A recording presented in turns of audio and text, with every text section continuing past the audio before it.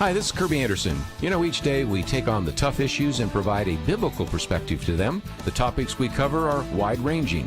Apologetics, theology, prophecy, creation and evolution, intelligent design, marriage, family, child-rearing, the millennial generation, trends in society, politics, economics, business, religious liberty, the Constitution, public policy, foreign policy, military policy, tensions in the Middle East, abortion, homosexuality, pornography, sexual ethics, media, technology, history, and America's godly heritage. We talk about anything that affects your faith, your family, or your freedom. So don't go anywhere, because Point of View starts right now.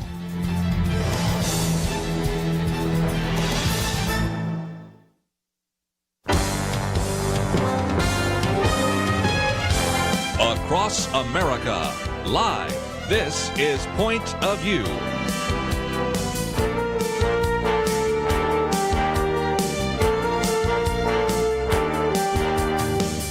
And now, Kirby Anderson. Thank you for joining me. It is the Thursday edition of Point of View. In this first hour, we're going to get into some of the issues in the news. Of course, there was a press conference yesterday by the president. He has now been in office 1 year. And so we have a chance to look back on some of that. We've posted an article about this.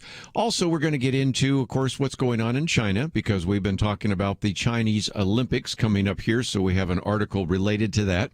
Our good friend, former governor and former presidential candidate Mike Huckabee talked about kind of the difference between real threats and political threats and some of the distinction there. Also, got a couple other issues. Starbucks announced yesterday that it's not going to enforce a vaccine mandate.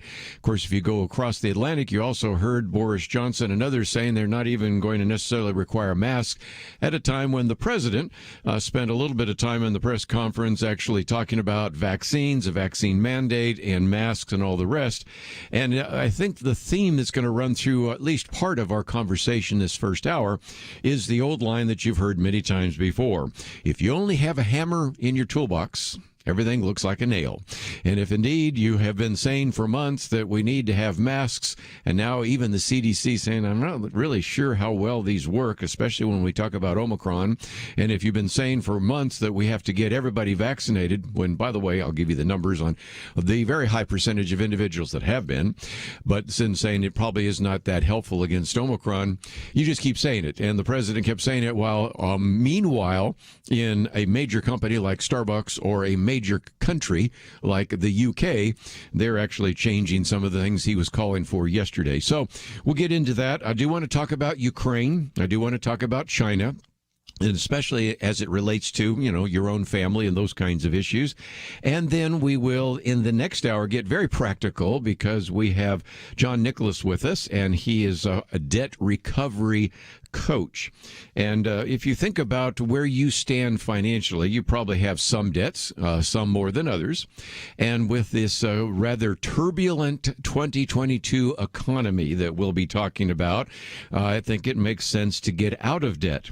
Now, sometimes people in debt say, well, why would I want to do that? Because if indeed the dollar is being devalued over time, then I'll be able to pay off those debts with devalued dollars. Well, of course, that's assuming your wages go up and everything, and they don't always. But there also is the possibility that particular car that you have, the truck that you have, the house that you have, a number of other things might be reclaimed because you defaulted on that. So I think it's always important as a good testimony to get out of debt. And we'll talk about some of the reasons why, and he will share some of his own experience there as well. Well, let's first of all talk about the fact that it is pretty unusual for President Joe Biden to do a press conference. Don't take my word for it. This comes from the Washington Post. Today's news conference is a rare event for Biden. You think? Last time he had one that was an actual true press conference. I don't mean where you get up and speak and then walk away. I'm talking about where you make an opening statement and then take questions. This was pretty unusual. And I think what you're starting to see is even the mainstream press are starting to get a little frustrated with this procedure. Washington Post talking about it being a rare event. CNN, not to be outdone, ran this headline, 10 crises that demand answers at Biden's press conference. I'm not sure we got very good answers there, but this, of course, relates to, of course, the big claim that he would indeed certainly do his best to shut down the virus. Some people feel like he may have done a little better job of shutting down America, but again, calling for the need for more testing at a time when some people wonder how valuable that is.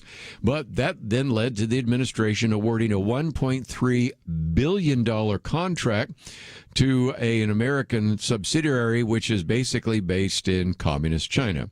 So we have the Chinese actually getting paid for, if you will, some of the things that they may have allowed to happen, even if you don't believe that the virus that came out of Wuhan, I'm going to say that's exactly where we know it came from, was not done intentionally. They covered all of that up.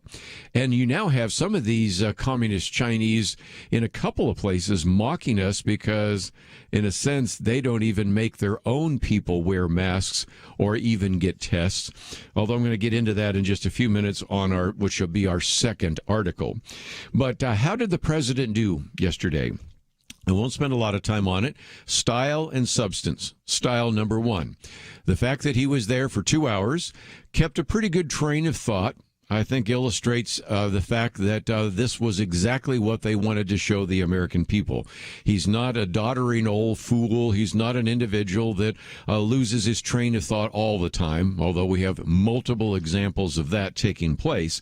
But at the same time, there were some that would look at this and say this is a source of some concern.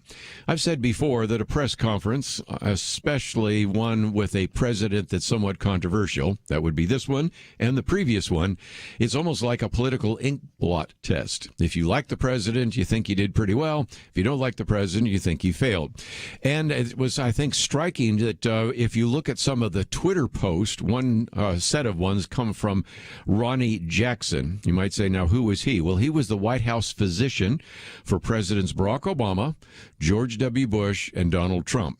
Now, of course, he is a Republican, and he is a representative, so, okay, take that with some grain of salt. But still, one of his tweets was, President Biden is totally disconnected from reality.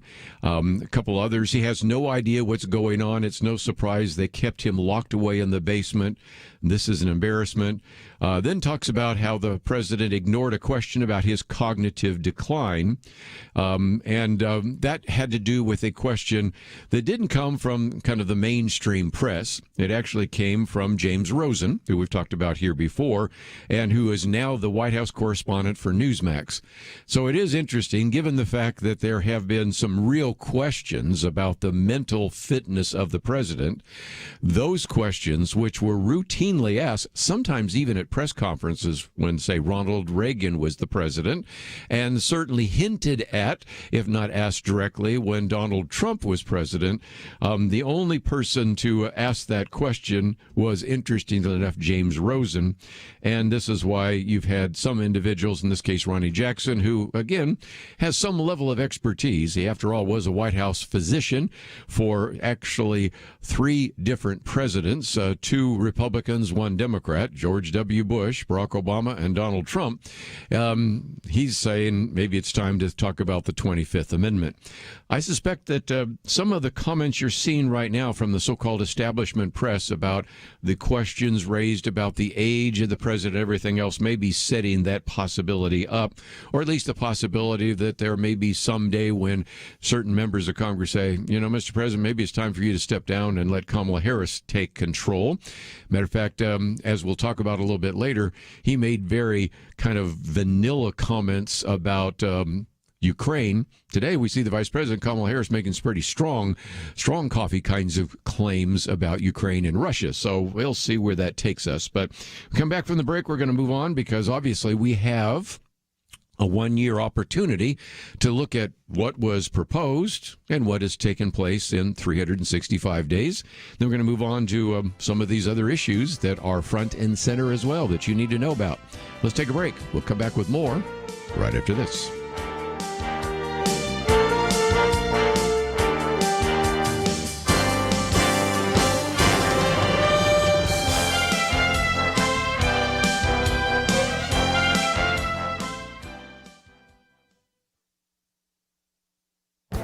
This is Viewpoints with Kirby Anderson. Many critics in the current generation are making unfair judgments about past generations with an air of moral superiority. I call it generational judgmentalism. Victor Davis Hanson merely says that these are critics who are self-important and ungracious and have very little gratitude for those in the past that did so much for all of us. He observes that these 21st century critics rarely acknowledge their own present affluence and leisure owe much to history's prior generations whose toil helped create their current comfort. Of course, we could also have the millions buried in military cemeteries who fought and died for the freedoms we enjoy today. He also asks several important questions. What will our grandchildren say of us who have dumped on them over $30 trillion in national debt, much of it as borrowing for entitlements for ourselves? Another is, what sort of society snoozes as record numbers of murders continue in 12 of its major cities? One of the key buzzwords for this generation is infrastructure, but Hanson wonders, when was the last time it built anything comparable to Hoover Dam, the interstate highway system, or the California Water Project, much less sent a man back to the moon or beyond? It's easy to criticize previous generations while using today's standards of morality and behavior. It's easy to forget the struggles previous generations had to face because they were not blessed with the numerous technological advances we enjoy today. It's easy to tear down. It's not so easy to rebuild. These are questions we need to ask of the critics bent on destroying society. They don't seem to offer anything significant in its place. I'm Kirby Anderson, and that's my point of view.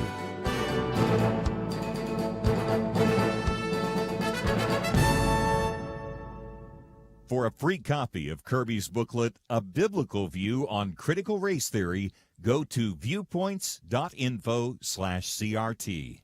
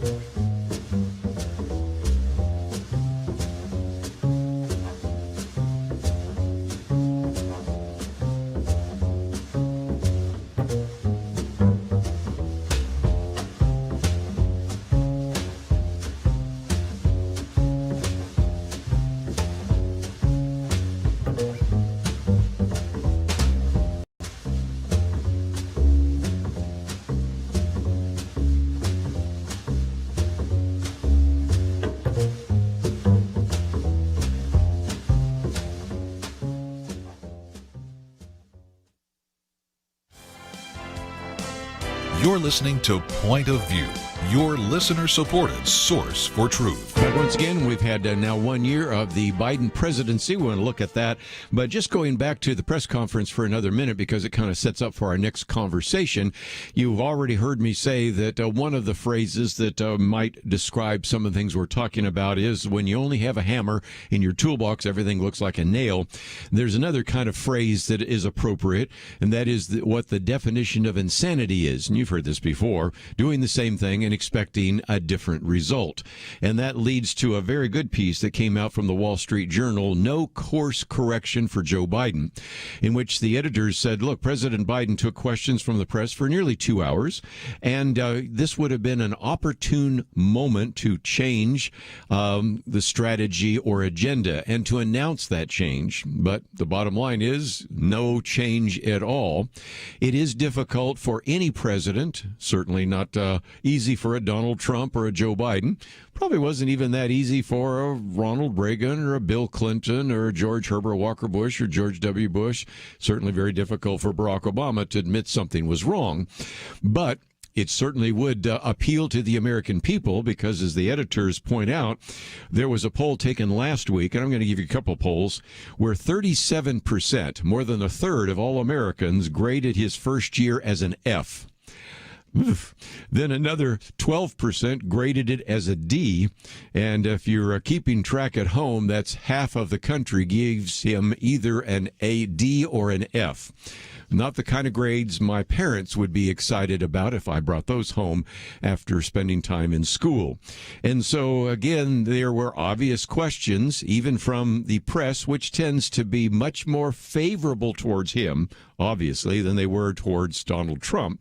But still, they asked, didn't you overpromise? And he said, oh, no, I didn't overpromise. If anything, I've outperformed and delivered enormous progress. Okay, you can say that, but again, there are a lot of people that probably shook their heads, even in the press corps, when that was the case. And a good example of some of the issues of, again, hammering away. This president has been hammering away at this whole idea of voting. Now, as we have encouraged you to do, we encourage you to let your 2 United States senators know what you think about the filibuster, because you had to get rid of the filibuster to even push through some of these attempts to completely rewrite the election laws of America. And that has not happened due to a significant number of individuals in the Senate, all the Republicans, and now anywhere from 3 or 4 Democratic senators that don't want to do that. But again, the issue came up. If weren't you maybe offending some people when you went to Georgia and compared your opponents to Jefferson Davis and Bull Connor? And of course, the president was arguing, no, I didn't say that. Well, if you listen to the tape, and we could play it if you want, but that's exactly what he said, and basically then implied that it was the fault of everyone listening to it to misunderstand what he meant. But again, this gets back to the attempt to just kind of hammer away voter ID laws. If that is Bull Connor, if that is, if you will, maybe Jefferson Davis, George Wallace, all those kinds of things, then you'd have to tell that to a majority of Americans who believe that voter ID is a good idea. 3 weeks of early voting. Oh, what could possibly go wrong there, especially when in some cases they want to have 24-hour voting. And you can begin to think what that would look like. And then, of course, 24-hour opportunity for people to drop elections into drop boxes at a time when we even have video of people delivering multiple ballots time and time again to these drop boxes during, of course, the Georgia senatorial elections. So lots of issues that certainly the president addressed. And it brings us to our first article here, because Byron York has said, look, we are now dealing with some very significant changes. After an entire year, you are starting to find more and more people identifying themselves as Republicans than they do as Democrats. And so that may have to do with quite a number of issues, but he really focuses on one of those, and that is when the president has spent so much time, for example, trying to push this huge spending bill, Build Back Better, that supposedly would transform American life, actually would probably lead to more inflation. The general tendency is for a lot of Americans to say, that isn't really what we ask you to go into the Oval Office and do. Then when you start criticizing the voting procedures and all of the rest, those are issues that you're upset about actually are ones that we think probably make our vote safer.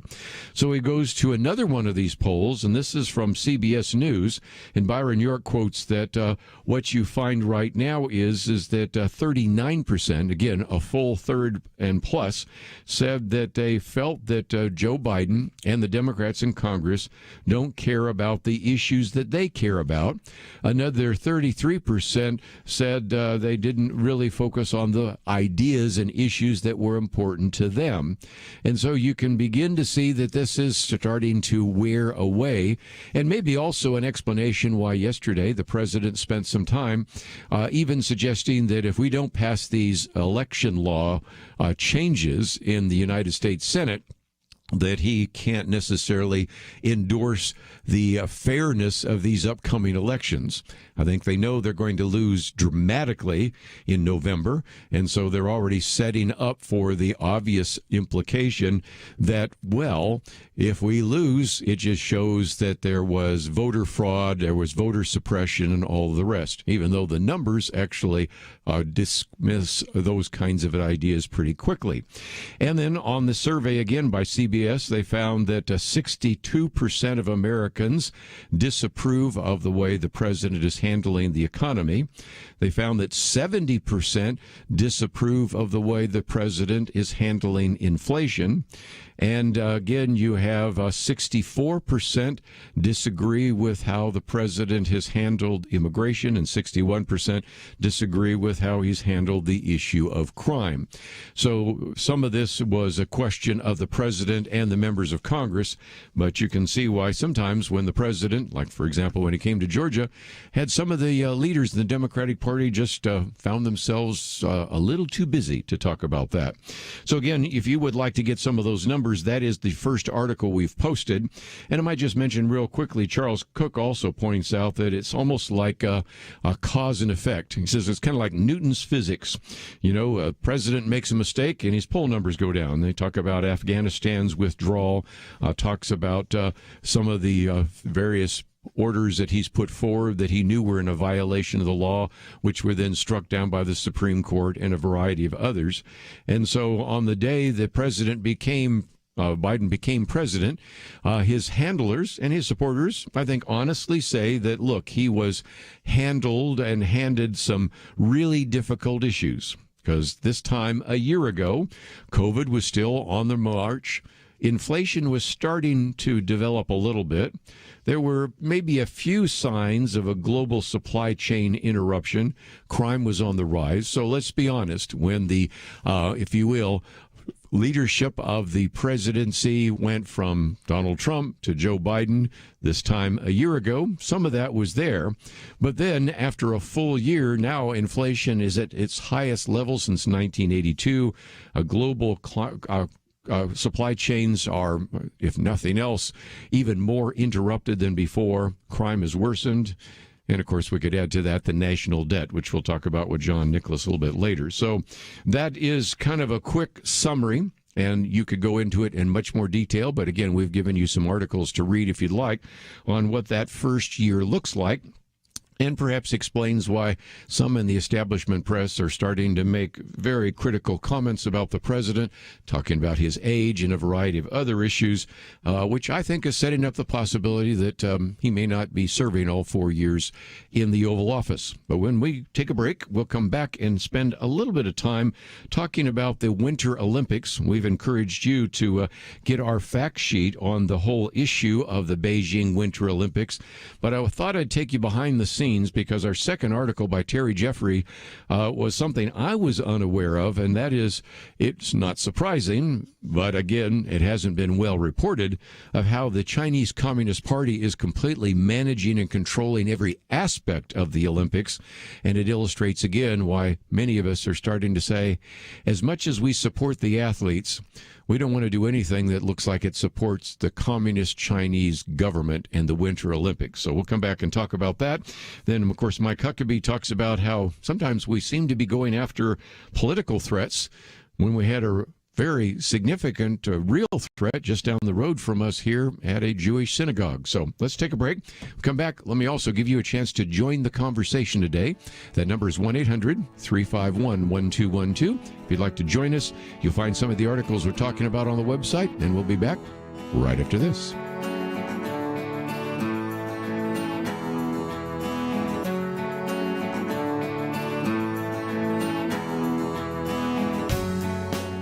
We live in a digital generation. Point of View is reaching this often overly plugged-in generation with truth. You can keep up with us 24 hours a day using your phone, your tablet, your laptop, or your desktop. Search for the Point of View Radio Talk Show on Facebook, where you can keep up with today's issues, learn about current and upcoming guests by liking us on Facebook. Also, follow us on Twitter. Our handle is @Point of View RTS. That stands for Point of View Radio Talk Show. Learn, interact, make a difference with Point of View using new media. And here's one way you can make a big difference. Help us increase our reach by spreading the word among your friends. Share a Facebook post. Tag us in a tweet. With enough joining us to plant seeds, we'll see a tremendous harvest. Come on, it only takes a minute. Search for Point of View Radio Talk Show on Facebook. @Point Point of View RTS on Twitter, and subscribe to the Point of View Radio Talk Show channel on YouTube. Learn, interact, share. The Point of View Radio Talk Show. Point of View will continue after this.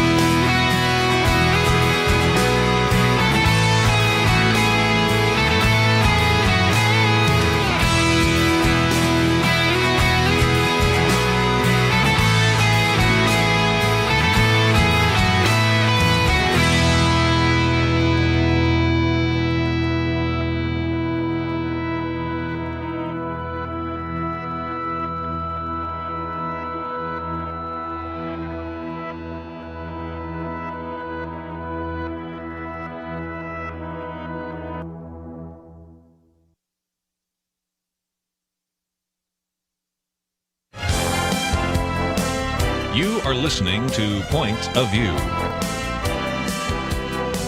The opinions expressed on Point of View do not necessarily reflect the views of the management or staff of this station. And now, here again, is Kirby Anderson. Back once again, if you'd like to join the conversation, that number is 1-800-351-1212. Love to get some of your thoughts, and I'm going to put a few more issues on the table. And again, you can just sit back and listen, or if you'd like to join us, you can do so. As a program note, let me mention about a half an hour from now, we're going to get into the subject of debt-free living. And I think you're really going to appreciate the work that John Nicholas has done, and we will talk about his book and talk about some of those resources then. In addition, let me mention now that our second article, China Wins the Gold for Tyranny, and it's by Terry Jeffrey. He's been on the program with us many times before, and I thought it would be appropriate for a couple of reasons. First of all, as you well know, we've suggested that you may want to rethink whether or not you watch the Winter Olympics. I'll leave that to you. You may say, look, I want to continue to support the athletes, and even if it did take place in China, I just want to watch. I understand that. But at the same time, there may be a way we can send a signal that just simply says, we think that it was a really big mistake by the International Olympic Committee to locate this in Beijing, China, given its human rights abuses. And so that's the first issue that you would think about. But second, I want to kind of take you behind the scenes, because Terry Jeffrey has really some insight into it. And the first of which is kind of interesting, because those of us that love to watch football, he starts out by reminding us that we had 87,000 people that were packed into the stadium there for the Rose Bowl to watch Ohio State play Utah. On New Year's Eve, you had 66,000 people at the Orange Bowl to watch Georgia take on Michigan, and you had 76,000 people in the Cotton Bowl to watch Alabama take on Cincinnati. We know all the stories there, and I thought it was interesting because in light of that, he then points out that the Winter Olympics will start in Beijing in less than 2 weeks, and almost every one of those venues where this will take place will be places where a few people who have been selected by the communist government to actually be there. That is really interesting, because over the last month, the People's Republic of China, and basically we're talking about the Chinese Communist Party, have repeatedly escalated the restrictions it will impose on those who attend the Olympic Games and what they will be allowed to do there. Now, we have heard from the International Olympic Committee that announced that people from outside the mainland of China would not be permitted to be spectators at the Games. So right off the bat, there is unbelievable control there. Then 2 days before Christmas, then the People's Republic of China announced that Chinese residents would be allowed to attend the Olympics, but they would not be allowed to speak too loudly. The regulations, and I'm looking at these here, will allow these limited number of residents in China to clap, but they cannot shout out in support of the athletes. You talk about control in a authoritarian dictatorship. That's what it's like. You can read all of it. I'm not even going to wear you out with who gets the tickets, how they get the tickets, how they're supposed to. But it just illustrates again that this is a show put on by the Chinese Communist Party for the world, and they're controlling everything, which I think is just pretty amazing. So just before we move on to our next article, in the second page, Terry Jeffries does us a very good job as well of summarizing the latest report that's come out from the State Department on China. It's an 88-page document talking about the attack on the Chinese people, and we're talking about everything from Hong Kong, the Uyghurs, whatever. Then there's a separate State Department report focused just on attacks on religious freedom. That's 136 pages long. I'll read one or two quotes just to give you an idea. Significant human rights issues include the arbitrary or unlawful killings by the government, forced disappearance by the government, torture by the government, harsh and life-threatening prison and detention conditions, arbitrary detention by the government, including the mass detention of more than 1 million Uyghurs, those would be the Muslims, and other members of the predominantly Muslim minority groups in extrajudicial internment camps. That's the opening summary. It goes on from there. I won't even go into, the impact that it's had on the press, on the internet, on bloggers, on censorship, and on and on and on. Not to mention, of course, something we've talked about before, the two-child policy. You have some of that on our fact sheet where we, again, encourage you to connect up with some very good ministries that are trying to help the Chinese people. And we're not against the Chinese people. We're not against Asians, but we are against the communist Chinese government.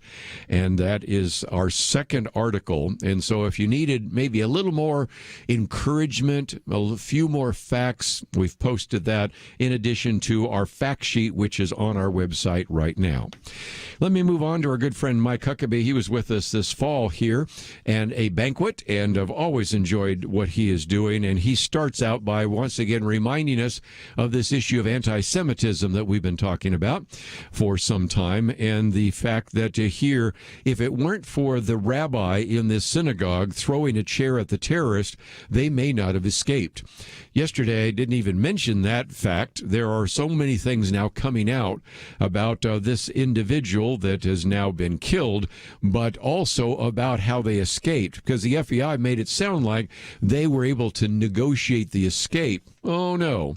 If it weren't for Rabbi Charlie Citron Walker, oftentimes known as Rabbi Charlie, who has received prior training from police and the FBI, who figured out that things were getting worse and worse as the terrorist was becoming more belligerent and more threatening, found a time when he knew that they were somewhat close to the door, was able to throw a chair at him. And even when I saw the video that was being shown in our local television program, you see these people running out and then the gunman coming out after them for a second.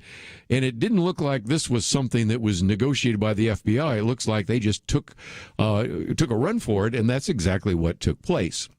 But nevertheless, Mike Huckabee is saying then what you had is, of course, the reactions we've talked about. First, the claim that we really don't know the motives of this individual. The FBI later on maybe saying, okay, maybe this was a Jewish community that was targeted, and how it's almost impossible anymore to say that this was a terrorist action, this was due to radical Islam, this was due to anti-Semitism.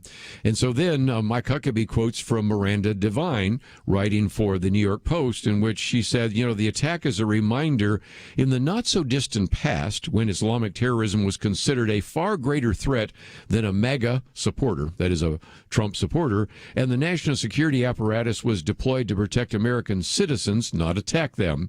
And Mike Huckabee puts it this way: if the FBI is busy chasing down conservative parents who protest at school board meetings, for example, could it be that the organization has taken its eye off the infiltration into our country of a terrorist like this individual? He said that would sure explain a lot.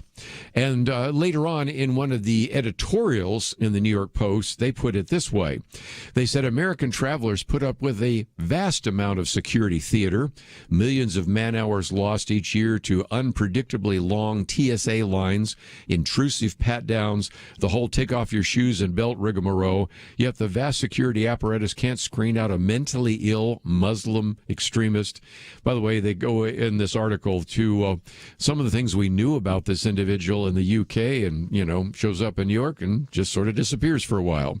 And so he ends by quoting from Tulsi Gabbard, who he says, even though she's in the Democratic Party, she makes a great deal of sense, and maybe, in fact, sounds a lot like maybe she should become a Republican. But this is what the former member of Congress, Tulsi Gabbard, said, who also is a presidential candidate.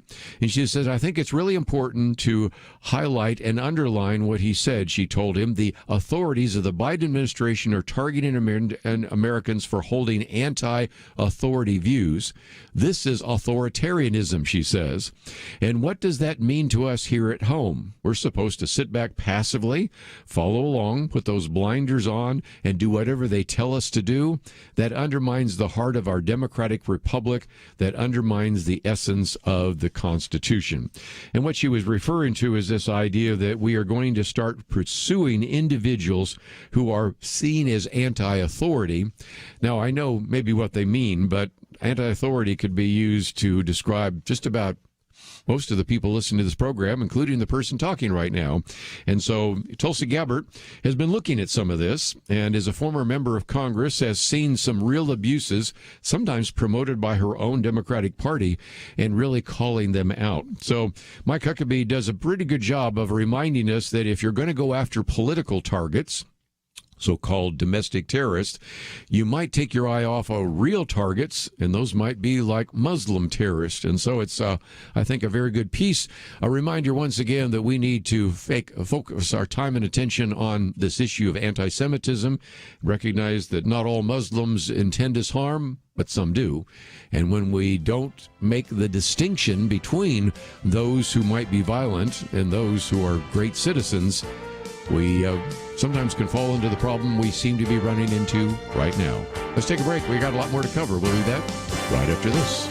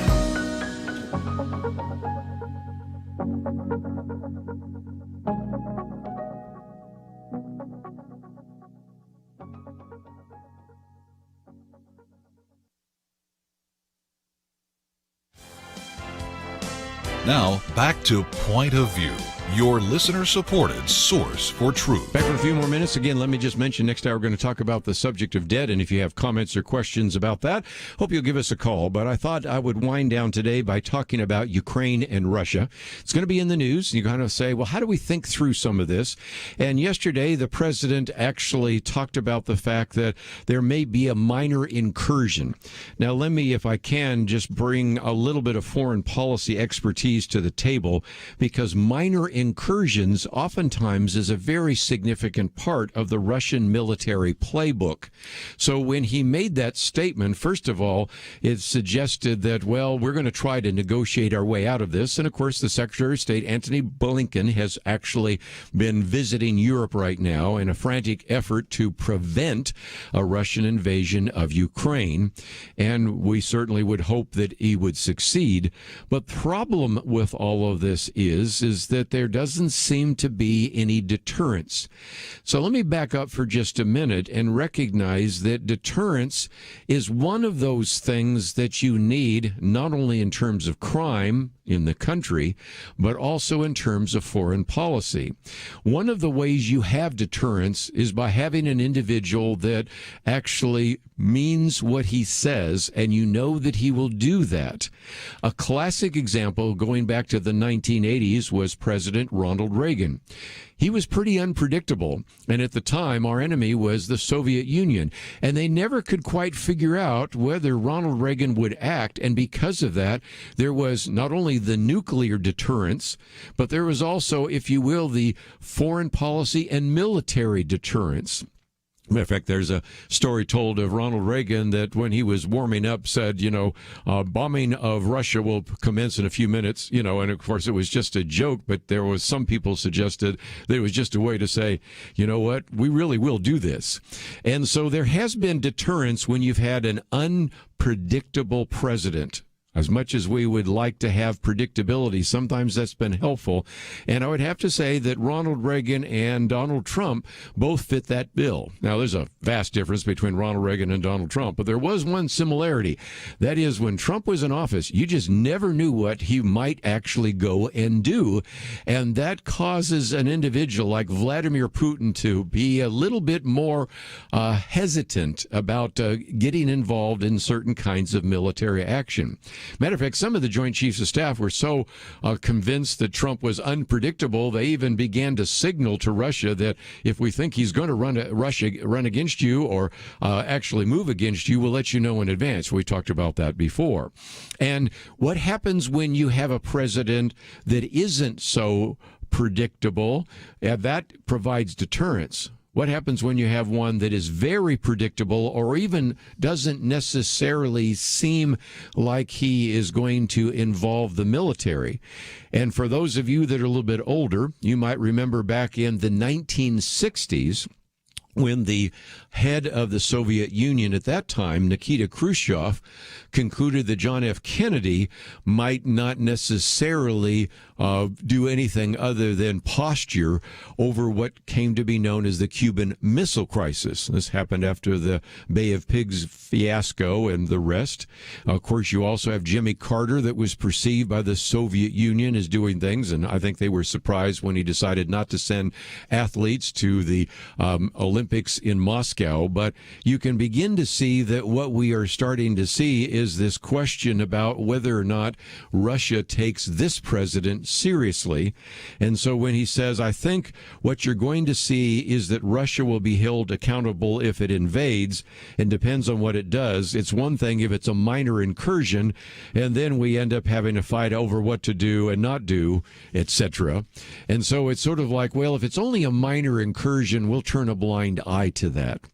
But if you look at some of those individuals that are foreign policy experts, they talk about the little green men. Now, the little green men are not Martians. Those are the uniforms of the Russian military. And here's what one individual that Jim Garrity quotes from. He says, the Ukraine crisis has seen an interesting phenomenon, the appearance in Crimea and eastern Ukraine of seemingly professional soldiers in Russian-style combat uniforms with Russian weapons without an identifying insignia. Ukrainians coined the term little green men when such soldiers first manned roadblocks and seized strategic points on the Crimean Peninsula. The little green men turned up in Crimea at the end of February. When asked at a March 4th press conference about the soldiers and their Russian-style combat fatigues, President Vladimir Putin denied they were Russians, calling them local self-defense units. But again, if you've ever seen the pictures of some of these individuals, they certainly look Russian, but it is kind of intriguing. And for those of you that have never seen those, I'll hold up a picture right now now of some of the, if you will, little green men. But anyway, the truth then came out on March 28th. Putin congratulated Russian officers in the Kremlin for their conduct of the Crimean operation. And so as a result, in that same telethon, the Russian president denied that the soldiers who were in April were beginning to seize buildings in eastern Ukraine and that they were Russians. But I think we know the difference. And so this idea of little green men, this idea of minor incursions really is, as it's described here, as a key military playbook. And as a result, we're starting to see that may be exactly what is taking place. Well, if there was any kind of conversation in the Oval Office in the West Wing yesterday after the president's press conference, I will guarantee you one of those had to do with this issue of Ukraine and the idea of a minor incursion, which is why you saw today the Vice President, Kamala Harris, come out and make some stronger statements because they felt maybe they had to go back and fix that. But I think we all know what is happening, and we've talked about this before. It is theoretically possible that we could have two major foreign policy issues surfacing simultaneously. One of Russian troops moving into Ukraine at the same time when Chinese troops are moving to take over Taiwan. And if you think that those are separated, we've actually posted a piece that goes into the possibility that these might even be coordinated between two different countries to really challenge the president at this particular point in time. Once again, brings us back to the importance of deterrence and the importance of projecting military strength. If you watched the press conference yesterday and you were living in China or Russia, you'd say, I think it's full speed ahead. And that, I think, is a sad commentary on the impact that this could have on those individuals that might be affected by these military actions. But that's all we have for this hour. And if you find yourself saying, I'd really like to read a little bit more about some of this, we have posted 4 very good articles for you today on the website, pointofview.net. We have, of course, my viewpoints on generational judgmentalism. It's a term I came up with to kind of put together some very good comments made by Victor Davis Hanson in a previous column. We, of course, have opportunities for you to watch the video that we talked about that is related to the Martin Luther King Day on Monday, and most importantly, of course, downloading our fact sheet on boycotting the 2022 Beijing Winter Olympics. So I hope that you will take advantage of some of these resources because we certainly do think that these are going to be helpful for you as you begin to think through some of these issues, as well as you maybe are finding yourself saying, I really want to try to understand what's going on in the world. And I know that we have tried very hard to be your trusted source of news, information, and commentary. And in this next hour, we're going to help you with some really practical issues. Because if you have seen some of the booklets we've made available in the past for our donors, we had one that was on money management. We've had one on the subject of money. And, of course, we've had one on the subject of debt. And so we feel that this is a very important issue to get your finances in order. And that's why we are privileged to bring in an individual that has worked for some time as a debt recovery coach to help you with maybe some of the issues you're dealing with right now with debt. So let's take a break. We'll spend some time with him. And, of course, we'll open up the phone for you to ask him questions. All that coming up right after this. Having civil conversations about important issues seems to be harder and harder. Various media outlets tell people what they should believe, why they should be outraged, and getting people to actually think, well, it can be difficult. Whether it's the gospel, tax issues, social policy, or just about anything else, you need to have solid information and clear thinking to address the hard issues. You need God's truth applied. And that's what you get in less than 2 minutes with Point of View's Viewpoints Commentary, a daily resource to help you be informed and think through the things we need to be talking about. It is free and will arrive in your inbox each day when you visit pointofview.net/signup. Sometimes we know we should say something, but we're silent because we're not quite sure what to say. Viewpoints Commentary can help you break the silence and change the narrative. It can make you a more equipped agent for truth. Get your free subscription to the Viewpoints Commentary at pointofview.net/signup. pointofview.net/signup. Point of View will continue after this.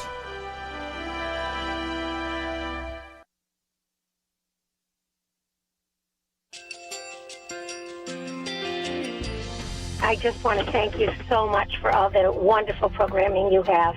You're just absolutely fantastic. I recently started listening to Point of View, and I really found it interesting because of the different subjects you cover. Thank you for that. I really appreciate everything that you do in keeping us informed. Thank you, Kirby, for everything that you have been doing. I appreciate all the work that you're doing, advocating for the Word of God. Thank you so much. Point of View, I think, is absolutely necessary because it's a Christian perspective, a biblical worldview perspective, and receive very current, up-to-date information about what is really going on, week to week in our culture, which is changing so rapidly, and yet it's morally sliding backwards. Yeah, I'm just, first of all, I thank you guys. Y'all's program is wonderful, and enjoy it every day. I learn so much every time I listen to it. Point of View Radio Talk Show.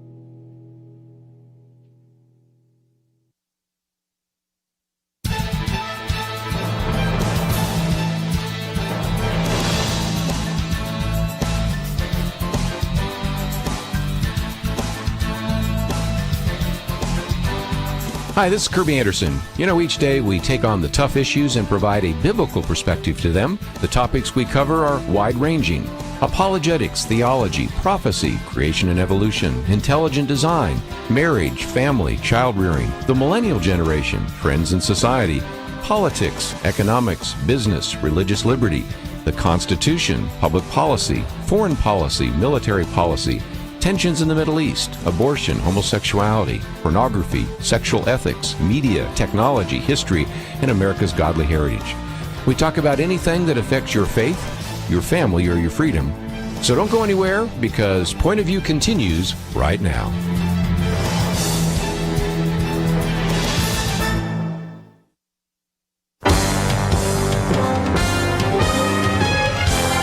Across America, live. This is Point of View.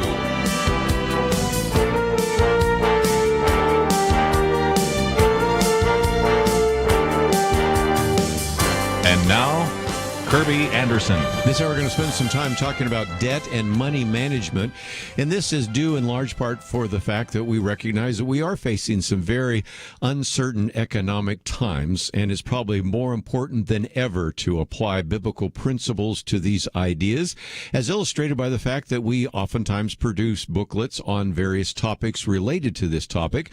I'm holding up, for example, one, a biblical point of view on money management. Then we did one on a biblical point of view years later on debt, and then one on a more recently biblical point of view on just the whole issue of money and the issue of inflation. And it's important, I think, for us to be able to manage our finances, and this is going to be very important this hour for you to, first of all, get assessment of where you are, then figure out what options you might have, and then develop a plan. And so this is going to be, I think, hopefully very practical and helpful to you. And this comes from an individual that really has become a debt recovery coach. His name is John Nicholas. He's a graduate of Brown University, Fuller Seminary, and also Leighton Ford's Aero Leadership Program. He's a former pro football player, a pastor, an entrepreneur. As a matter of fact, actually received an Emmy Award for his sports media and marketing company. And he is the author of a book that came out about a year ago, but we have information about it as well as a YouTube video for you to watch. The book is entitled Debt Free ASAP: How to Know Your Options, Create a Plan, and Start Changing Your Life Within 48 Hours. John Nicholas, welcome to Point of View. Hey, Kirby, great to be with you. Very excited. Let's, if we can, tell your story, because as many of us are experiencing and have experienced the pandemic and the lockdown and those kinds of things, you really sense that maybe you need to be kind of focusing on that, and grabbed a book, by the way, The Secrets of the Millionaire Mind. But out of this, there really was a sense of which was born in your heart and mind, a desire to really help and minister to some of our listeners here. Well, nobody grows up wanting to be a debt expert. You don't raise your hand in elementary school and say, I want to be a debt relief expert. You don't. It's usually, earned through painful experience and then just a broken heart for people who are struggling. So that my story is pretty simple. I was a high-flying entrepreneur. After 9/11, there was a freeze among our clients and sponsors. And we had just sold our company to a large firm, and they cut costs, and they started with me. So I had to deal with some real hardship, learned how debt can happen to anyone, and understood the pain of it, and learned a lot about how to recover. Later, worked inside the debt relief industry and learned even more. Most of it not good, but still very helpful to help people avoid the most mistakes, scams, and cookie-cutter programs, which are so prevalent, as I'm sure you know. Well, and I think that's worth mentioning for another moment or two. A lot of people say, oh, yeah, well, I see all these places all the time. We can help you with your debt. But oftentimes they help you sometimes even get into further debt or offer some things that don't necessarily deliver. Is that fair? Yeah, that's fair, and I understand your desire to maybe put that off to the side. But sure, we can certainly talk about the challenges of some of the programs. And my mission and goal is to really encourage and empower folks because this can be a very discouraging part of life. I can't tell you how many people have cried on the phone talking about their situation. There's a lot of shame, a lot of embarrassment, especially among believers, because, we know we're supposed to be free and live with abundance and generosity, and it's hard when things happen in your life and you end up staring at a whole bunch of debt and you're struggling. Well, again, what we want to do is really give people an opportunity to assess their situation, then obviously then look at their options and then come up with a plan. But one of the key issues that we've talked about is that debt is slavery. And don't take my word for it, because the book of Proverbs tells us that the rich rule over the poor and the borrower is a slave to the lender. And I think certainly, John, we recognize that some people might say, well, it may not be slavery in that I have shackles around me, but when I think about, boy, I really need to get a new car. Oh, yeah, I'm in debt. Oh, boy, we'd sure like to go on a vacation. Oh, we're too far in debt. You can realize that at that point, the slavery of debt is just simply overwhelming sometimes, isn't it? Absolutely. I mean, those are the words that begin my book, that I was struggling with that very realization of how Proverbs lays it out there. It's tough. It's tough going. And, most people don't fall into serious debt because they're lousy with their money. It's usually things like retirement income reduction, loss of job, loss of health, loss of marriage, divorce, separation, any number of things, including hurricanes, tornadoes, pandemics, and great recessions. There's just a whole bunch of things that can truly turn you upside down, in a very real and tragic way. And again, you talk about some of the deadly effects, financial, of course, emotional, mental, relational, spiritual, and just how freeing it can be to be debt-free. But let's, if we can, talk about, because this is one of the chapters there, how you get there.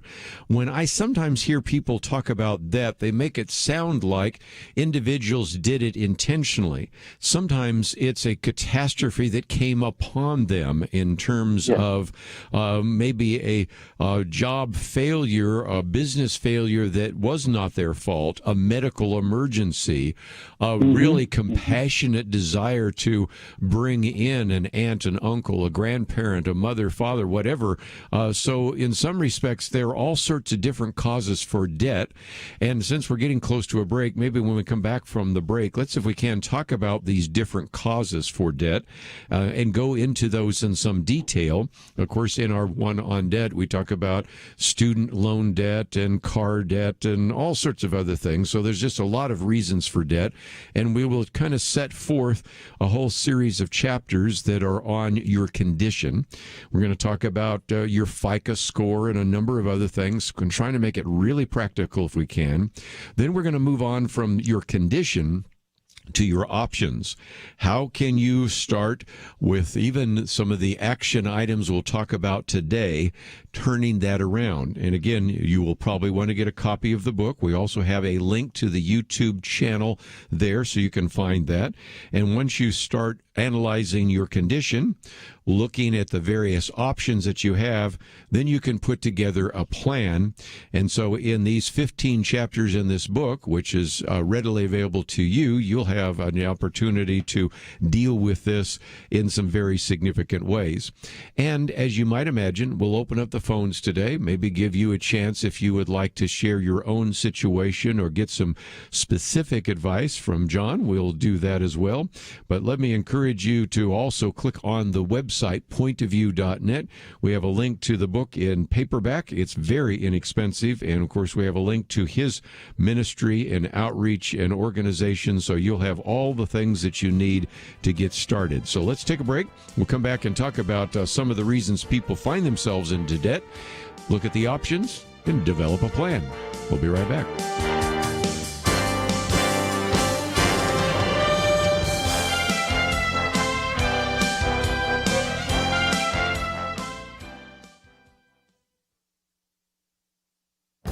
This is Viewpoints with Kirby Anderson. Many critics in the current generation are making unfair judgments about past generations with an air of moral superiority. I call it generational judgmentalism. Victor Davis Hanson merely says that these are critics who are self-important and ungracious and have very little gratitude for those in the past that did so much for all of us. He observes that these 21st century critics rarely acknowledge their own present affluence and leisure owe much to history's prior generations whose toil helped create their current comfort. Of course, we could also have the millions buried in military cemeteries who fought and died for the freedoms we enjoy today. He also asked several important questions. What will our grandchildren say of us who have dumped on them over $30 trillion in national debt, much of it as borrowing for entitlements for ourselves? Another is, what sort of society snoozes as record numbers of murders continue in 12 of its major cities? One of the key buzzwords for this generation is infrastructure, but Hanson wonders, when was the last time it built anything comparable to Hoover Dam, the interstate highway system, or the California Water Project, much less sent a man back to the moon or beyond? It's easy to criticize previous generations while using today's standards of morality and behavior. It's easy to forget the struggles previous generations had to face because they were not blessed with the numerous technological advances we enjoy today. It's easy to tear down. It's not so easy to rebuild. These are questions we need to ask of the critics bent on destroying society. They don't seem to offer anything significant in its place. I'm Kirby Anderson, and that's my point of view.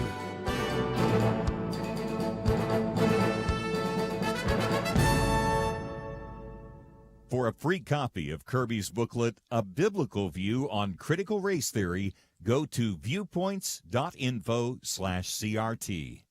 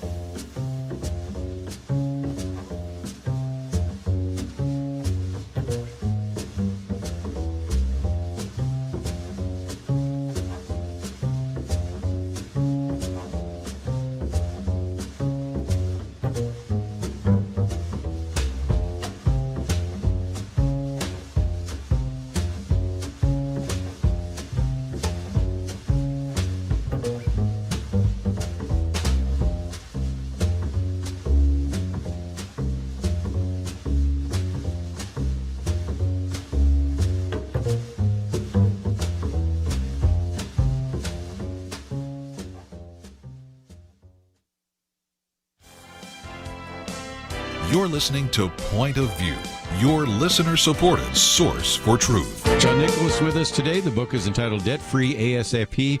We have debtfreeasap.com. You have to put a dash between debt and free, but again, you don't have to remember all that because we have that at our website, pointofview.net. But John, let's, if we can, talk about some of the common causes of debt. We need to figure out how people got into debt. That then gives us some direction maybe on how to get out of debt. Can you help us out with that? You bet. Sometimes I've gotten calls from cranky people saying, "Hey, let people who are in debt just deal with it. They should learn how to manage their money."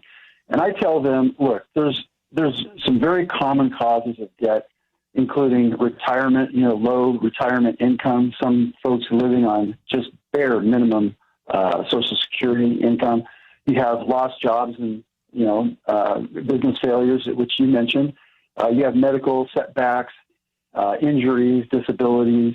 You've got divorce and separation, which most people understand. Emotionally, that's tough for everybody. But financially, there's a lot of impact there when couples break up. You've got events like recessions and tornadoes and the things we've talked about. You also have the student loans, which you mentioned. And then, of course, at the end of the day, there are some bad habits and bad decisions that may influence our condition, and Lord knows most of us have made some mistakes over the years. But those are very common, and there's millions and millions of Americans that have more debt today than ever before. Average household debt levels have hit all-time record highs. I'm sure you know this because you track all kinds of things, globally, and so there's a lot of company here, and there's no reason for shame or embarrassment. It's simply time to take a good look, get started with a clear view of where you're at, and kind of turn your mindset around to say, look, I'm not in debt. I'm getting out of debt. I'm going to be proactive and move forward. And by the grace of God, I'm going to seek out where the grace is for me in my situation. And I'm going to turn this around. I'm going to have a success story. Well, let's talk about that. And again, if you want to be debt-free, the first thing is you maybe need an exam. You know, if I think there's something wrong, I go to the doctor, and you have kind of a debt-free doctor's exam. There are various reports on things like your debt load, your FICO score, and others. So right now, listeners can maybe learn a little bit just by their own self-diagnosis, because there are certain various ways to determine how you're doing. So can you help us out with that? Because once you have some of those opportunities, it's just like a person starting a program to lose weight, to lower blood sugar, blood pressure, body mass, whatever. You start with the various analysis. And since you can be your own doctor in this case, what are some of the best reports to have access to figure out where you are? Here again, we just keep it real simple. You know, you got your debt load, which you break down into any kind of outstanding obligations you have, the overall balance, the monthly amount, the interest rate. That's enough. You can just make a list of everything you owe. I do have free, assessment forms. You can get them at freedebtvideo.com. That's where the free, debt recovery course is. It's a fast track course. It's all free. You get free forms. Anything you need is right there, freedebtvideo.com. But, you just list those things, and that gives you instant clarity, which for most people struggling, that's the last thing they have. Everything's a blur, and things are overwhelming. And so it just brings great power and clarity when you break things down and put them down in order. Then you can look at your net worth, how much you owe versus the kind of assets or anything of value that you own or possess, and then gives you kind of a check there. And you may find something you can sell or even leverage to help deal with debt, get it paid off. Finally, we want to help everyone know what their income and expenses are each month. So there's a simple format for that. Just everything you spend, you kind of break it into categories to see how you normally spend your money, and look at what income you have, and just see how those measure up. And hey, if it's negative, that's okay. That's just one step in the process. The next thing is to look at options and solutions or approaches to remedy your situation. But anyway, you were asking about the starting point, and that's where it is. Just simple reports. FICO score is one of them. But for most people who are really struggling with too much debt, the FICO score is not your biggest concern. You really don't need to focus on that so much as dealing with the leaky roof. If you've got rain coming in your house, you don't have to worry about your front lawn. You need to get that leak patched up and fixed up. But again, you do talk about the FICO score, which comes from the Fair Isaac Corporation, and then you also have creditkarma.com and some other places. So just what I appreciate about your book is there's just a lot of practical things. Again, if people do enough word searches and maybe watch enough videos, maybe they'll get it all together, but you have it in a book that, frankly, is just a little over 100 pages. I just think it's so practical and so helpful. But one other thing, while we're still in this idea of assessing your situation, you talk about the importance of mindset and vision. Of course, you're a football player, so you can certainly talk about that. And there is a sense in which we really need to make sure that we actually have the right mindset going into this process, correct? Absolutely. Kirby, as we know, the Bible says that where there is no vision, the people perish, or at least are unrestrained. They wander. We as people, we know this. And without vision, we just kind of flounder, or we just, kind of go through the motions.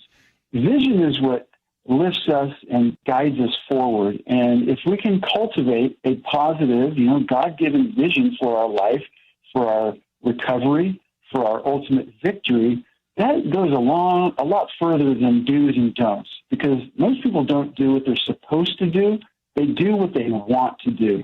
And if the want if the want to is strong and visionary and just a positive vision for life, that can draw us forward into success a lot more than just a bunch of, should do this, should do that. And so that's something to really look at. And I try to give some examples there. And in the video, actually, I present things like the Eiffel Tower and Walt Disney and some other, very noteworthy people. It is vision that is seeing the future with imagination. And that's what we need to kind of spark our turnaround in our recovery. And so that is one of the elements we look at, along with mindset and spirit. Saying positive, rather than condemn yourself and use words of judgment, saying, "Oh, I'm always in debt," or "I'm never, getting ahead." Those things condemn, and they're words of judgment. And spiritually, our tongues bring life or death. The power of life and death are in our tongue, and our tongues are like rudders steering a ship. That's what James writes in the book of James. So we need to be serious about our spiritual direction and speaking life to our recovery and our prosperity as we grow in Christ and move forward and deal with our debt in whatever way is best. Just before I take a break, let's mention that we have your website, which is debtfreeasap.com. You put a hyphen between debt and free. Don't necessarily have to remember all that, because we do have a link on our website, and that takes you through assessing your situation, which we've just done. When we come back from the break, we're going to talk about your debt recovery options and how to create a winning plan. But if people would like to get a copy of your book, they can get it there. But also there's a, if you will, cheat sheet summary, which is 7 debt solutions you need to know, and all you really need from people there is their email address. Is that correct? Right. They get the assessment forms and the solution cheat sheet. It's all free. You just got to tell us where to send it, and we zap it over to you. So again, all of that available on our website. And if you find yourself saying, well, I'd like to know a little bit more, we have, of course, a link to his website. We also have a link to his Facebook page. We have information about the book, which is about 100 pages, very inexpensive, certainly worth the investment. And then we have a YouTube video for you to find. So it's all available at our website at pointofview.net. So we've talked a little bit about assessing your situation. We come back from the break, we're going to talk about your options. What about debt consolidation and maybe debt settlement? Maybe some of you are really saying, I'm really thinking the only way out is bankruptcy. What about a Chapter 7, a Chapter 13, and all the rest? We'll get into those, and then we'll talk about a plan. And if you'd like to join the conversation, ask a question, that number is 1-800-351-1212. We're privileged to have with us today John Nicholas, a debt recovery coach, and he will be with us as well after the break. If you'd like to join us, 1-800-351-1212. We'll be right back.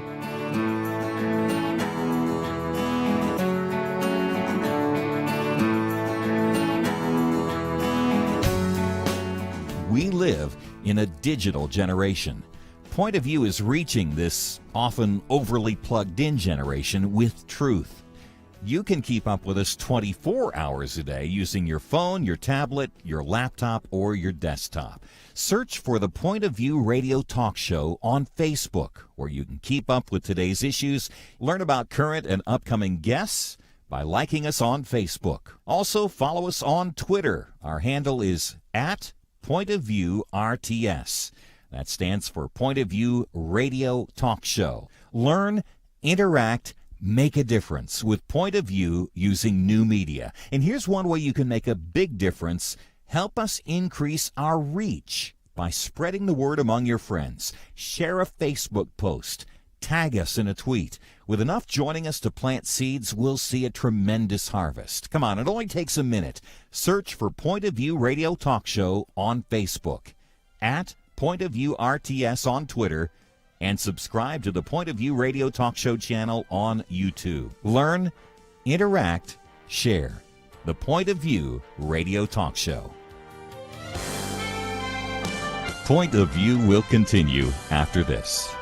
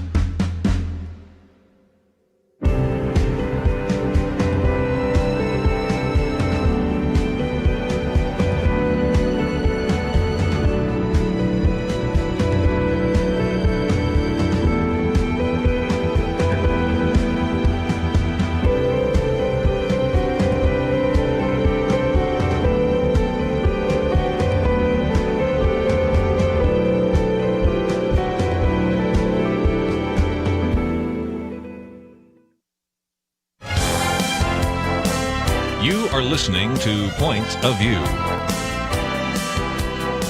The opinions expressed on Point of View do not necessarily reflect the views of the management or staff of this station.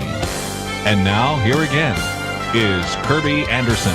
Back once again, talking with our good friend John Nicholas, again, who is actually writing about this issue of how to be debt-free. And if you'd like to join the conversation, 1-800-351-1212. We have information about the book, about the YouTube video, and all sorts of other resources. Along the way, we'll take a phone call or two. And so let's head first out to Georgia. Eleanor. My name on there. Eleanor, thank you for joining us today. They're going to say my name on there. Well, I guess I got her talking to somebody else there. John, I was going to get into that whole issue of debt analysis, but we also want to talk about some of these options because, again, there are different ways for people once they find themselves in debt, how they can maybe begin to get out of debt. And there is maybe a better way than just simply trying to pay every particular way. So let me go back to Eleanor now. I think we've got a connection with her. Eleanor, thank you for joining us today here on Point of View. Yes, sir. What would you like to ask? I was wanting to ask about being debt-free because your topics sound very interesting, and I know I gathered a few things from it, and I just want to know how to become debt-free. So again, that's what we're going to try to help out. So what's the first thing? You have a high-low payoff plan. Okay, I've got a couple of debts, and you've got examples here. You know, I owe some money at Home Depot, and I owe some money at Kroger's, and I owe some money at Bank of America and Wayfair and whatever. What would you recommend if indeed I want to eventually become debt-free? Well, I start by listing any obligation from the largest to the smallest in order. And then if you have income and you can make payments, then go strong, get aggressive and pay off the lowest balance first if you can. That's going to bring you some momentum, some victory, do a little happy dance, and now you're on to the next one. That is if income is okay and you're just trying to get your debt in control. So yes. Yes, and that's one that I've used before in the past because you do get a sense of victory. If you just pay a little on each one, of course, you have to pay a minimum amount, but if you just try to finish one off, all of a sudden you don't have 6 debts, you have 5 debts. And pretty soon, if you have another one, you have 4 instead of 6. You feel like you're really moving, and that sense of momentum is really important. But you have a whole chapter on this issue of debt consolidation. And a lot of people over the years have wondered, does that make any sense? Can you help us out with that? Well, it sure can. There are several types of consolidation. One would be to take high interest consumer debt and shift it into a low interest loan or even a 0% interest transfer card or something like that. The requirements are pretty high to qualify for those kinds of things. So there is an alternative consolidation, and that's working with a program that they negotiate with your creditors to reduce your interest level, and then each month you just pay a smaller amount to the group, and then they disperse the funds to pay off all your debts that are enrolled in that kind of program. There are little fees involved in that, but it's generally a credible approach, and there are some good ways to go with that. So whether you can qualify for a loan or to shift the debt or to work with a consolidation program, those are good, solid options. Well, again, some of the insurance cards, the interest rates just take your breath away. So again, getting off of those onto something that's a little more manageable is certainly the case. You have a chapter which I think most people don't even know about, that there are actually what are called hardship payment plans. And those are something that many people that are listening right now might just say, yeah, I faced a hardship. I had a job. Now I don't have a job. You know, I was laid off, and I found myself all of a sudden unemployed. And then I was trying to get back to work, but nobody was hiring because we were all in lockdown. Now I'm back at work finally. I found a job, but I have this massive amount of debt that came during the lockdowns due to not my fault, but due to the decisions made by the federal government and the states. So what about these hardship plans? Well, they used to be almost top secret, but they've become more open during the last couple of years, knowing that so many people have been affected. And really what it boils down to is if you're behind, if you've fallen behind on some of your payments, a lot of people, their instinct is to just ignore it, put the bills in the drawer and, try to ignore it until things improve or something like that.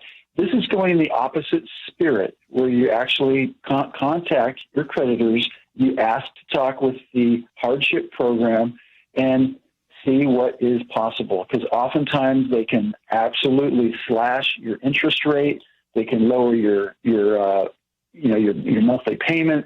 They'll probably close your account if it's not already closed because you fell behind. But so this is not something that's all about fixing your FICO score.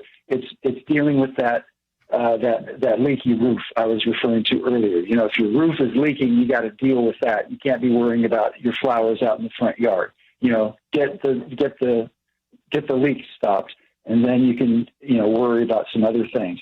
So hardship programs are pretty widespread now, and you can just talk to your creditors and ask specifically for the hardship program to see if you qualify and what you can put together. They're usually pretty nice folks, actually, because they don't want to lose you to a complete write-off.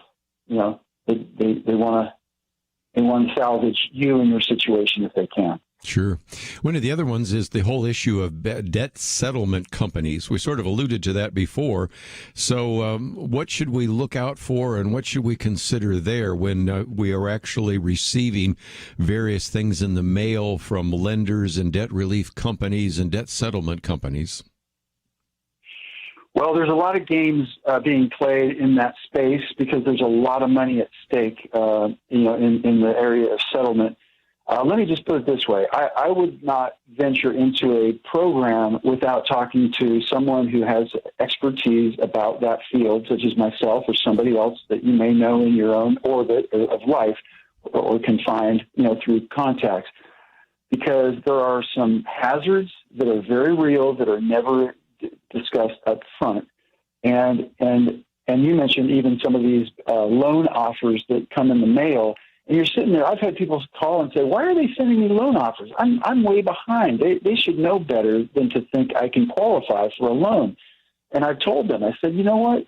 They don't want to get you a loan because they know you don't qualify. They want you on the phone looking for magic, and then they're going to shift you into one of their programs, probably a settlement program. They may act like they're trying to find a loan for you, but they're not going to find one in most cases if you're really struggling. So they're going to shift you over and get you into a settlement plan. And again, there are some hazards there because you've got to go a long time waiting, and creditors can take you to court in the meantime and so forth. And there's just some things to know and understand about the process that I can't really unpack in just a short. Oh, sure.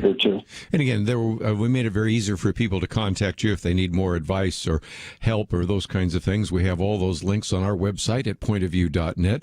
But just before we take a break, let's talk about one that maybe some have not thought about, and that is assistance from your own family. And you said that a number of your younger clients have opted for that approach.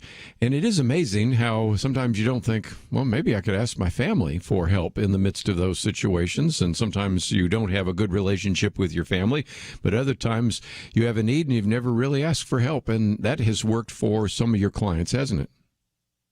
Well, yeah, and I try to give a little structure to that, so it's not you're just putting out a hand and begging for money or a loan or something. If you approach a family with the same basic 3-step, here's where I'm at. This is my assessment of where I'm at. I've reviewed the options, and I think this would be the best. Maybe some kind of consolidation loan, if you wouldn't mind co-signing with me, or maybe lending me some money. Here are the terms. Here's the plan, and that way it's more trustworthy. It's more confidence inspiring, and it can actually get some support from your family because they're looking at you not side-eyed. They're looking with, hey, this is impressive. This is a formulated plan. I'm not just throwing good money after bad. And so a lot of people have struggled in the past, and they feel they may have burned bridges with family members or whatever. And I'm just trying to make it so that it's a positive, well thought out experience, and it's simple. It's real simple. Anyone can do it. It's just approaching it the right way. Well, let's take a break. When we come back, might mention for just a minute or two about this whole issue of bankruptcy, which is almost a topic unto itself. But then we'll move on to the plan, and that is, how do I put together the various issues? Because I've done a little bit of evaluation of my condition. I've looked at my options. How do I put together a plan? And again, a lot of that can be found in the book that we've been talking about and in the resources we link to on our website at pointofview.net. We'll be right back.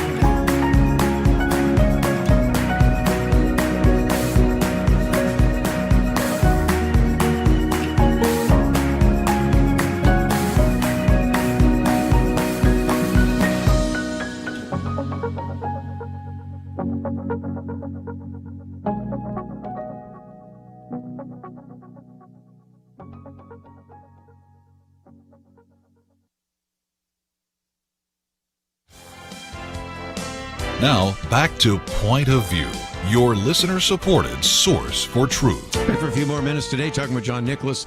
Again, the book is entitled Debt Free ASAP, and you can find information about it on our website at pointofview.net.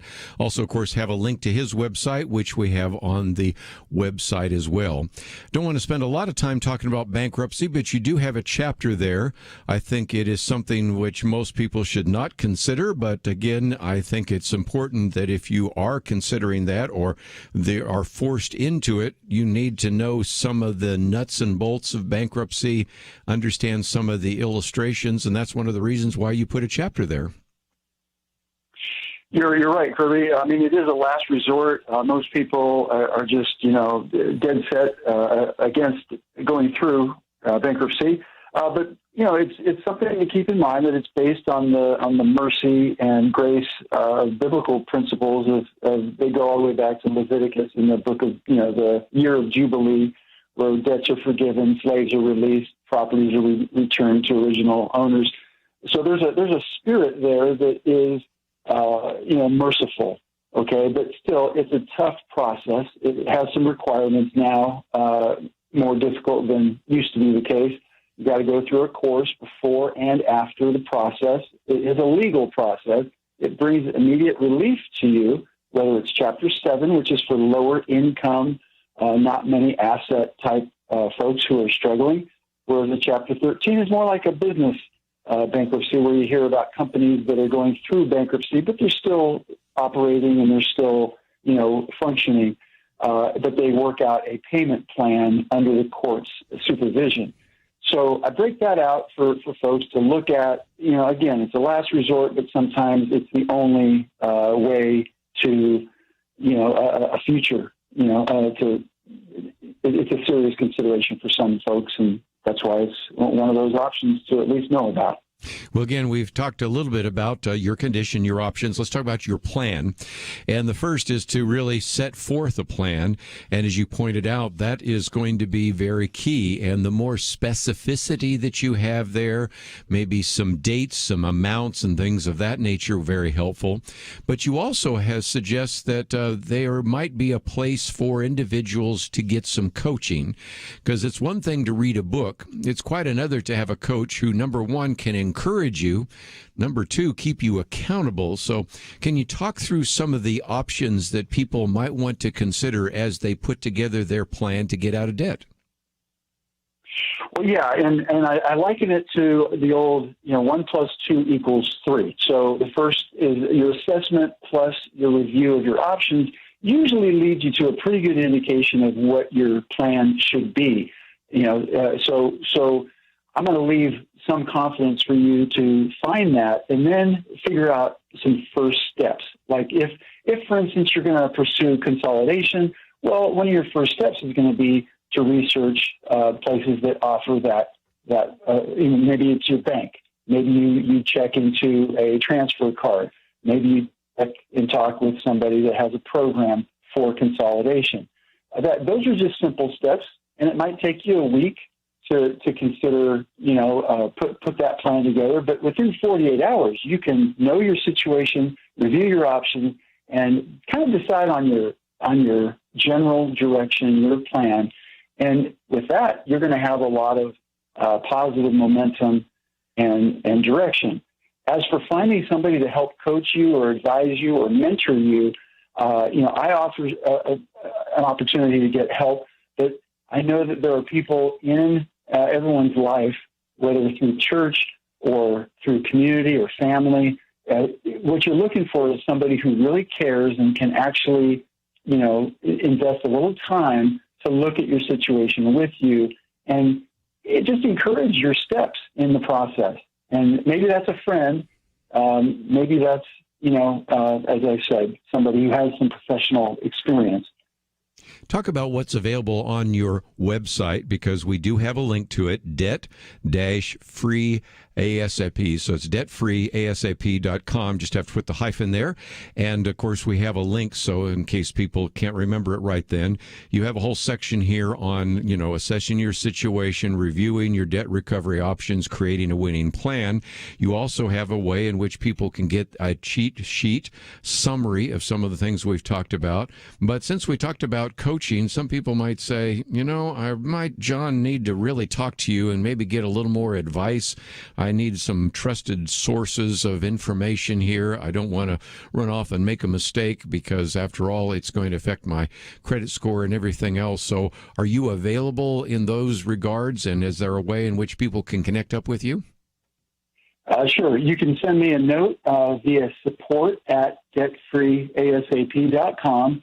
Or if you think you really want to engage in some actual consultations, so that I'm looking at your circumstances with you, looking at your options with you, and charting out an actual plan with some follow-up support and so forth, I do offer something. I mean, it's less than $100, and it involves some very significant support and consultation.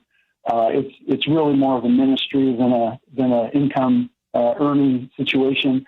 But that's what we have offered for folks who want that kind of help. Otherwise, there is enough, everything you need to succeed and put things together, either by reading the book or watching the free video at freegetvideo.com. Either one's going to walk you through each of the things we talked about in more detail and give you the free forms that you would want to use. And you can get cooking. You can really do this and be encouraged. You can recover and prosper going forward. You really can, just step by step. I might just mention, too, the last chapter has all sorts of questions. What about debt relief scams? And what about somebody trying to repossess my car? How can I stop some of the debt collection calls?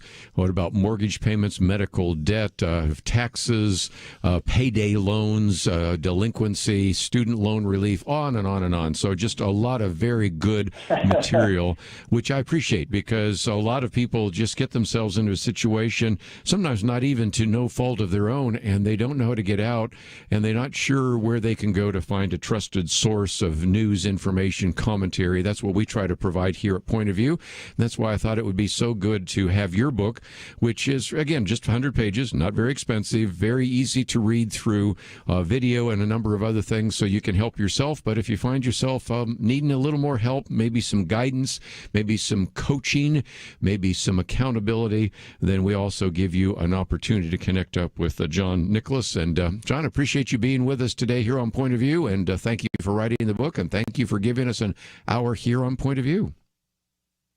Thank you so much, Kerry. I love what you're doing, and congratulations on all that you've put together to help people. God bless you. We're going to take a break, and tomorrow, of course, will be our weekend edition, so I think you will really appreciate that conversation as well. My Viewpoints commentary today is available, the Take Action item, the video, the fact sheet, all sorts of resources that are there. But if you weren't with us in the first hour, we did kind of take a little bit of a look over 1 year under President Biden's regime, and have an article that deals with that from Byron York, one about the Winter Olympics in China, which was eye-opening for me, from Terry Jeffries, and then a very good piece by our friend Mike Huckabee, Political Threats versus Real Threats, and some other resources, as well as information about this book. So we try to put together as much good material as we possibly can, and so I'm looking forward to our conversation tomorrow. It's going to be a roundtable discussion, and if you would like to join with us, you can certainly do so. If you find yourself saying, I'd like to hear some of that again on debt, and maybe pass it on to someone else, you can go to our website, pointofview.net, click on that button that says listen, download that podcast and send it to someone else, or listen to it again. As always, want to thank Andrew for his help engineering the program, Steve for his help and producing it. We look forward to seeing you tomorrow right here on Point of View.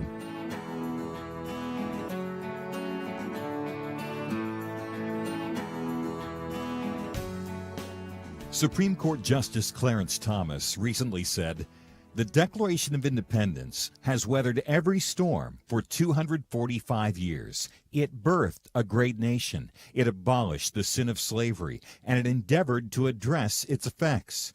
While we have failed the Declaration time and again, and the ideals of the Declaration time and again, I know of no time," said Thomas, "when the ideals have failed us." While some see our founding as fatally flawed and promote ideas that have failed every time they've been tried, at Point of View, like Justice Thomas, we still believe in America's ideals. And if you do too, make a difference today. Join the Truth Team as we promote the unchanging truth that gave us liberty and prosperity. Visit pointofview.net/team or call 1-800-347-5151. The original Americans responded to the call. Will you? Pointofview.net/team and 1-800-347-5151. Point of View is produced by Point of View Ministries.